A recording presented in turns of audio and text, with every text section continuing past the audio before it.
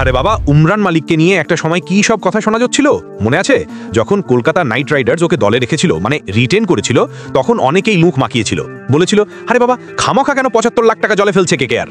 বিশ্বাস করুন, ব্যাপারটা এমন ছিল যে মায়াঙ্ক যাদব, যার দাম ছিল ১১ কোটি টাকা, তাকেও তো রিটেন করা হয়েছিল। মায়াঙ্ক যদিও এই বছর ৬টা ম্যাচ খেলেছে, কিন্তু উমরান মালিক, যার ওপর এত সন্দেহ ছিল, সে এখন কেকেআরকে বলছে আরে বাবা তোমরা তো ভাগ্যবান, মাত্র ৭৫ লাখ টাকায় এত ভালো একজন বোলারকে পেয়ে গেছো, নইলে এই যে আমাদের জম্মু এক্সপ্রেস, সে তো আপনাদের আরো অনেক বেশি দামে কিনতে হতো।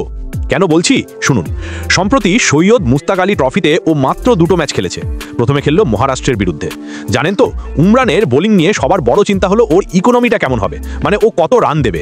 কিন্তু মহারাষ্ট্রের বিরুদ্ধে ও ৪ ওভার বল করে মাত্র ২৪ রান দিয়ে ২টো উইকেট তুলে নিয়েছে। ইকোনমি খারাপ এই চিন্তাটা ও একদম উড়িয়ে দিল। আর এরপর যখন উত্তরপ্রদেশের পালা এলো, তখন তো কাউকে ছাড়লো না। আমাদের রিঙ্কু সিংকেও কিন্তু ও রেহাই দেয়নি। ৪ ওভারে ৩৭ রান দিয়ে ও একাই ৩টে উইকেট তুলে নিয়েছে। অর্থাৎ মাত্র ২টো ম্যাচেই ও মোট ৫টা উইকেট নিয়ে ফেলেছে। আপনি যদি কলকাতা নাইট রাইডার্সের সত্যিকারের ফ্যান হন, কেকেআরকে মন থেকে ভালোবেসে থাকেন, তাহলে প্লিজ এই ভিডিওটিতে একটা লাইক করে দিন আর কমেন্টে তাড়াতাড়ি লিখে ফেলুন আমি কেকেআর।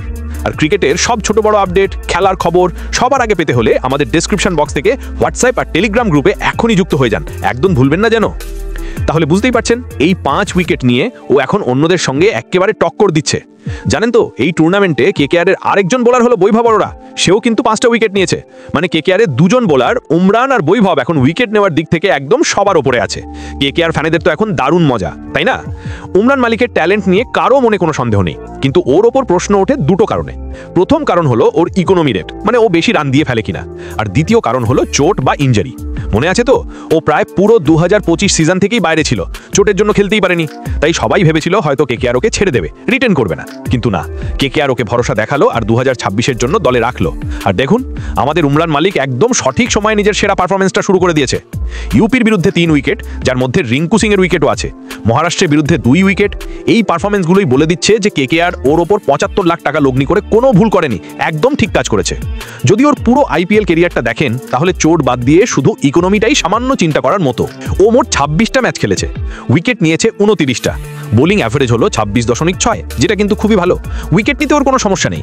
হ্যাঁ, ইকোনমি রেটটা একটু বেশি, প্রায় ৯.৪। টি-২০ খেলার জন্য এটা সামান্য বেশি বলা যেতে পারে। কিন্তু উইকেট নেওয়ার স্ট্রাইক রেট, মানে কত বল পরপর ও উইকেট নেয়, সেটা কিন্তু ফাটাফাটি ১৬.৯। এর মানে হলো প্রতি ২.৮ ওভার অন্তর এই ছেলেটা একটা করে উইকেট তুলে নেয়। তাহলে বুঝতেই পারছেন, ওর বোলিং অ্যাভারেজ ভালো, স্ট্রাইক রেট দারুণ। আর ওর সেরা বোলিং ফিগারটার কথা মনে আছে তো, যেটা এসেছিল সেই ২০২২ আইপিএলে গুজরাট টাইটান্সের বিরুদ্ধে? কি কামাল করেছিল সেদিন। ও মাত্র ২৫ রান দিয়ে ৫টা উইকেট তুলে নিয়েছিল। আমার তো সেই ওভারটা পুরো মনে আছে, যখন একটা ওয়াইড বলের পর ও উইকেটটা পেয়েছিল। আর একটা খুব দারুণ কথা বলি, সেই ২০২২ সিজনে উমরান একটা রেকর্ডও করেছিল। ও তখন ছিল সবচেয়ে কম বয়সী ভারতীয় বোলার, যে একটা আইপিএল সিজনে ২০-র বেশি উইকেট নিয়েছে। ওর বয়স ছিল তখন ২২ বছর ১৭৬ দিন। এর আগে এই রেকর্ডটা ছিল আমাদের জাসপ্রীত বুমরাহার নামে, কিন্তু উমরান সেই রেকর্ডটা ভেঙে দিয়েছিল। কি সাংঘাতিক! দেখুন, ব্যাপারটা খুবই সহজ।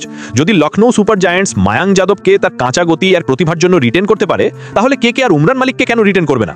ওর মধ্যেও তো সেই ভয়ঙ্কর গতি, সেই র পেস আছে, আর আছে দুর্দান্ত সম্ভাবনা বা পোটেনশিয়াল। আমার শুধু একটা জায়গায় একটু চিন্তা ছিল, যখন ও ইন্ডিয়া টিমে খেলতে গেছিল, তখন ওর গতিটা যেন একটু কমে গেছিল। কিন্তু যখন ডেল স্টেনের মতো বড় বোলার ওর কথা বলেন, তখন মনটা ভরে যায়। ডেল স্টেন আজও বলেন যে উমরান যখন ইয়র্কার মারে আর যেভাবে উইকেট নেওয়ার পর সেলিব্রেট করে, সেটা দেখতে নাকি খুবই দারুণ লাগে। আসলে ২০২৬-এর জন্য কেকেআরের কাছে উমরান মালিক কোনো খারাপ ডিল নয়। আমি তো বলবো, ও যদি ৯.৫ ইকোনমিতেও বল করে, কিন্তু ২০-র বেশি উইকেট তুলে দেয়, তাহলে এটা কেকেআরের জন্য কোনো লসের ব্যবসা হবে না, একদম দারুণ কাজ হবে। আপনারা কি মনে করছেন, এই জম্মু এক্সপ্রেস কি কেকেআরকে ২০২৬-এ চ্যাম্পিয়ন করতে পারবে? কমেন্টে কিন্তু অবশ্যই জানাবেন।